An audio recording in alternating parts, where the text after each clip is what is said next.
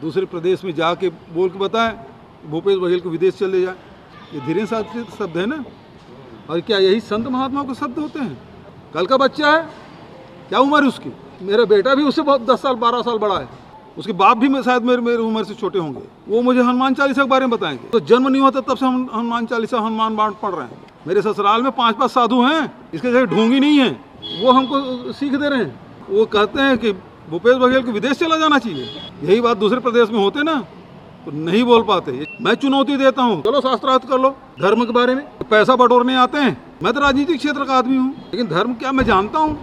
है चुनौती, स्वीकार करें। सबसे लड़ रहे हैं। आज कोई सुरक्षित नहीं इस प्रदेश में। भाई सीबीआई की जांच की मांग किए थे सतामी लोग, क्या हुआ? सरकार उसकी क्या व्यवस्था कर रही है? क्या जिम्मेदारी है? कार्रवाई करिए। ये न हिंदू धर्म के हिसाब से न दर्शन के हिसाब से, है ना। यदि हिंदू धर्म आज या सनातन धर्म आज टिका हुआ है तो उसके दर्शन के कारण से, उसके आध्यात्मिकता के कारण से।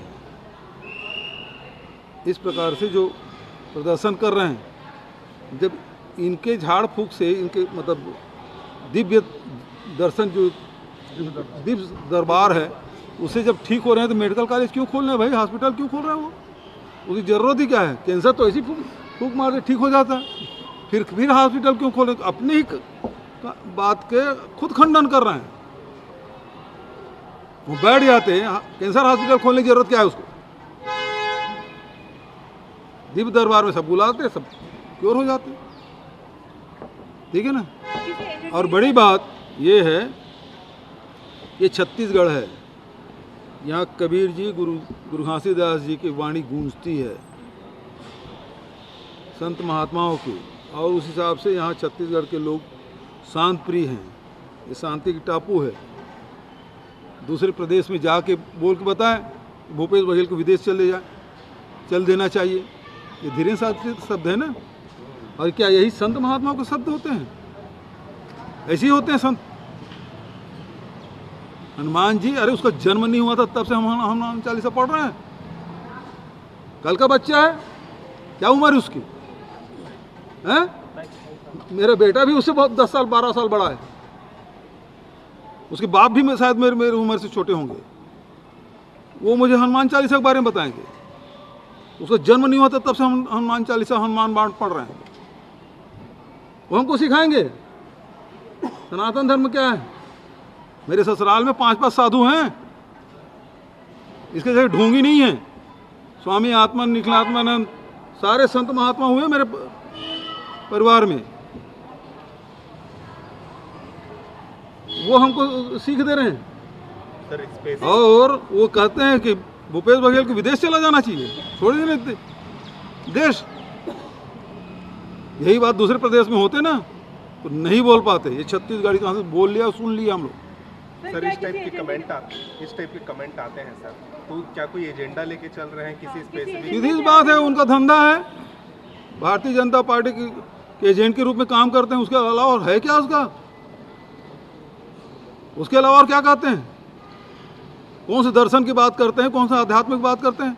मैं चुनौती देता हूँ, छत्तीसगढ़ में हमारे इतने महापुरुष हैं, इतने दर्शन शास्त्री हैं, आध्यात्मिक क्षेत्र में काम करने वाले हैं, धार्मिक क्षेत्र में काम करने, किसी भी हमारे जो साधु संत हैं मठ में बैठे हैं, है ना, उनसे शास्त्रार्थ कर ले। मेरी चुनौती है। दांडी महाराज त्रिपुर मंदिर में बैठे हैं, दूधाधारी मठ में हमारे महाराज जी बैठे हैं। ऐसे अनेक, मैं तो 2 नाम उदाहरण दे रहा हूँ। चलो शास्त्रार्थ कर लो धर्म के बारे में।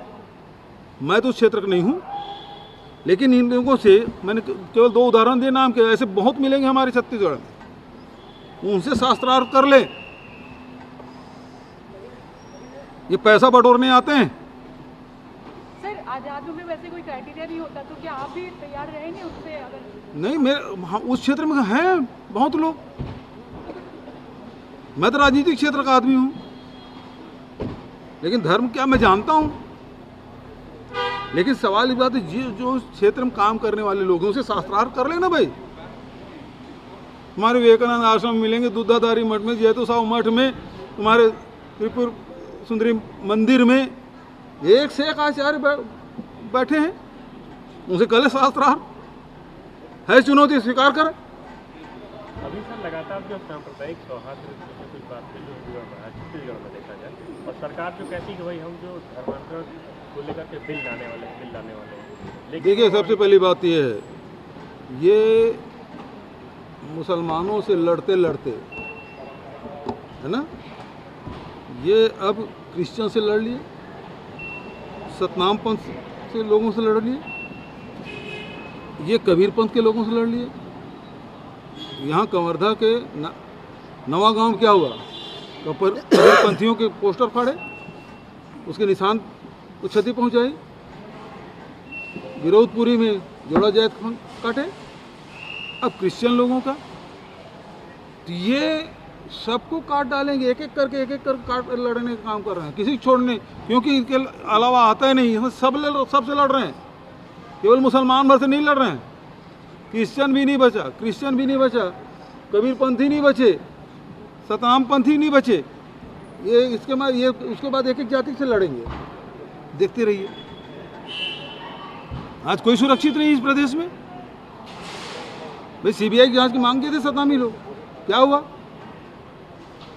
और ये बोल रहे हैं ये धर्मांतरण का मामला नहीं है, धर्मांतरण का तो हम विरोध कर रहे हैं। सवाल इस बात का है, झगड़ा किस बात का हुआ? कांकेर में कफन दफन को लेके ना, सरपंच के पिताजी की मृत्यु हुई, उसी से विवाद बढ़ा, कल नगरी सेवाओं हो गया है ना। तो मैं पहले दिन प्रेस कॉन्फ्रेंस किया, याद करो आप, मूल समस्या का हल क्या है सरकार के पास? बंद करना हल नहीं है। मैं चेंबर ऑफ कॉमर्स वालों को भी बोला, अब इस समस्या का हल क्या है? तुम्हारे बंद करने के बाद नगरी सेवाओं हो गया, ये धर्मांतरण से जोड़ के मत देखिए इसको। क्रिश्चियन धर्मावलंबी है यहाँ, तो उसको कफन दफन करने का अधिकार है कि नहीं है? सरकार उसकी क्या व्यवस्था कर रही है, क्या जिम्मेदारी है? मतलब मरने के बाद भी किसी चैन नहीं। आप धर्मांतरण जो जबरिया हो रहा है भारत देश कानून के हिसाब से, उसमें कार्रवाई करिए। हम उसमें उसके लिए हमारा समर्थन है। जबरिया धर्मांतरण कर रहा है, उसमें कार्रवाई होती है। हम खुद ने किया, दुर्ग में, रायपुर में, अंबिकापुर में, जसपुर में, जहाँ जहाँ हमें शिकायत मिली, 16 शिकायतें मिली, हमने कार्रवाई की, 8 लोगों के खिलाफ कार्रवाई किया, जबरिया धर्मांतरण किया। 8 गलत जानकारी थी, 8 में हमने कार्रवाई की। ऐसे की शिकायत है क्या ये वाला? ये तो कफन दफन का मामला है, और कफन दफन में आपने उस समस्या का हल क्या है? आज कांकेर में 8 दिन में, कल सिहावा में हो गया, परसों और कहीं होगा। तो यही काम रह गया क्या सरकार के पास कि हर बार में छत्तीसगढ़ बंद कराओ?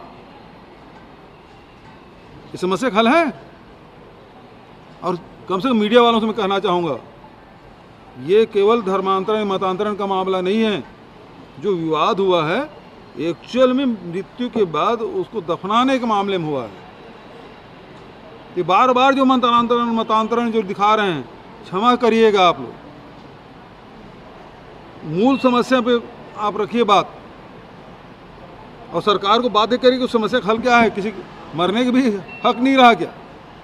मर जाए, सबको मरना है, मरने के बाद का अपने रीति रिवाज के हिसाब से कफन दफन नहीं होगा। ये भी अधिकार सरकार ने छीन लिया है। ये सत्ता पक्ष में बैठे हुए लोग, क्या हाल है इसका? बताओ, आप लोग भी बताओ, आप लोग समाज के प्रमुख कर्णधार हैं।